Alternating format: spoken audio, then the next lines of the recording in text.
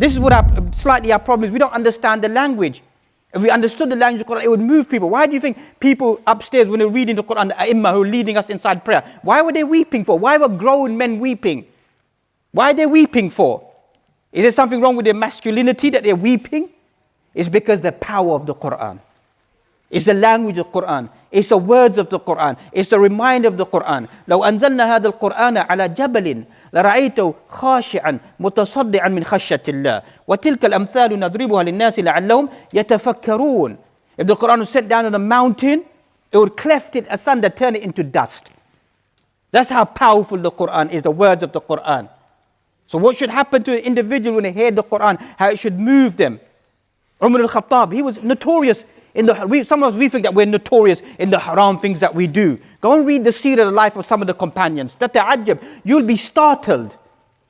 You'll be startled that this is what some of these people are doing inside their life. But when they hear the Quran, Surah Taha, the 20th chapter of the Quran, the first 14 verses, Imam Bayhaqi in his Dala'il al-Nubuwwah mentions, when Umar ibn Khattab heard these ayat, look how it changed him. Taha, ma anzalna alayka al-Qur'ana litashqa. Quran hasn't been sent down to make you feel upset, to make you feel wretched. Quran is there to awaken you, to make you become a better individual.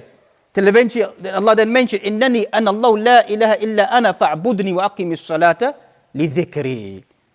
It is indeed, I am the only one, Allah subhanahu wa ta'ala. And obey me, worship me, and establish the prayer li dhikri, to remember Allah subhanahu wa ta'ala. That's what moved Umar al-Khattab, moved him away from a path of jahiliyyah, a path of haram towards al-Islam, was the words and the impact of the Quran. That's why you study the Quran when it speaks about khuluq, when it speaks about character and behavior. Look at Surah Al-Furqan, the 25th chapter of the Quran. وَعِبَادُ الرَّحْمَنَ الَّذِينَ يَمْشُونَ عَلَى الْأَرْضِ هَوْنًا وَإِذَا خَاطَبُوا الْجَاهِلُونَ قَالُوا سَلَامًا.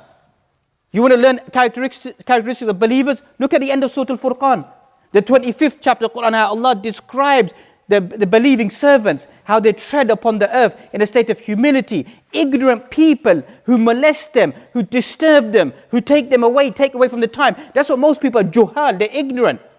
Anybody who doesn't remind you about Allah subhanahu wa ta'ala is taking you away from Allah.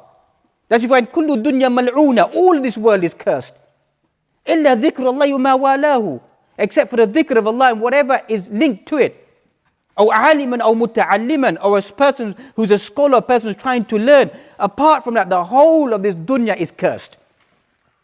وَمَا فِيهَا, and everything inside this dunya. Read through the ayat inside the Quran. اعلموا أنما الحياة الدنيا لعب ولهو وزينة وتفاخر بينكم وتكاثر في الأموال والأولاد. What is this world full of? Nothing but pompous joy, boasting amongst one another of the trivial things of this world, of our children, our wealth, our property, play, amusement, games. I'm not saying we shouldn't enjoy ourselves, have a good life and play games, but when your whole life just becomes a game, everything about you becomes a game inside your life. It's just a gaming world, just a game.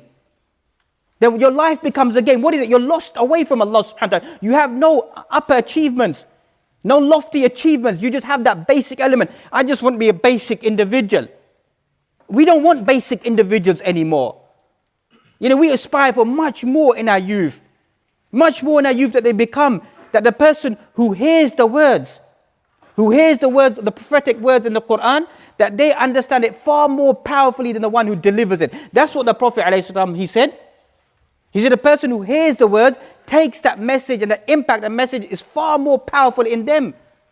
That's what we want inside our society. Surah Al-Mu'minun, the 23rd chapter of the Quran. How does Allah subhanahu wa ta'ala begin? قَدْ أَفْلَحَ الْمُؤْمِنُونَ الَّذِينَ هُمْ فِي صَلَاتِهِمْ خَاشِعُونَ. 23rd chapter of the Quran, Allah describes the believing individuals. Who are the believers? قَدْ أَفْلَحَ الْمُؤْمِنُونَ. First sifa about them, first description about them, they are sincere inside their praise. Then once again, read from Surah Al-Furqan that we mentioned, the 25th chapter, inside here, Surah Al-Mu'minun. Look at their traits. Their traits are they're guarding their chastity. They preserve their dignity. You know, the essence of a male, of a human being, a Muslim, is hifdul farj. The essence of a Muslim is to guard their chastity. To guard it is not to live a free life, what the society breeds and it teaches.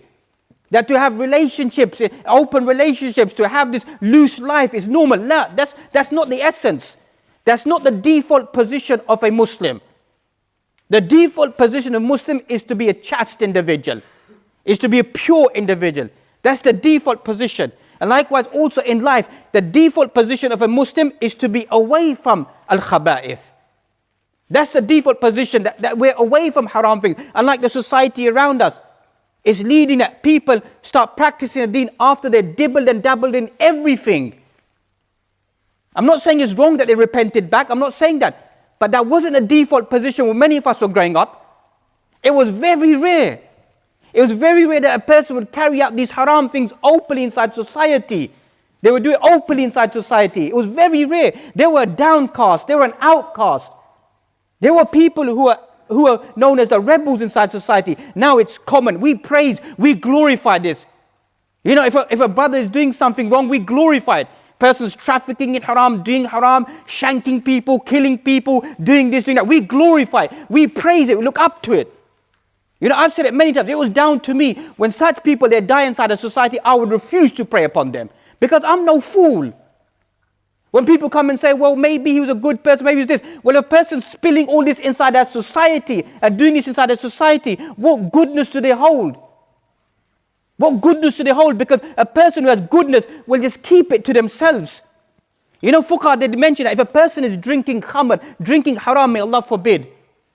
You know what fuqaha have mentioned? If you're drinking haram, you're in a private circle, you're drinking haram, you're taking drugs, whatever it may be. When you offer it to the brother next to you, you know what you should say to them? You should say to them, ittaqillah. You should say to them, fear Allah. Doesn't it sound strange? How can you say to your comrade, your homeboy, say to him, you offer him these substances, say to him, you know what, akhi, fear Allah. Why? Because maybe it might go into his heart, he may restrain. He may stop doing it inside his life. That's what the Sharia says. That if you're exposed as you're doing it, have this remorse that, you know, I'm maybe because of my age, my life, and what I'm doing, that I'm entrapped inside this. But I don't want you young bloods to be involved inside this.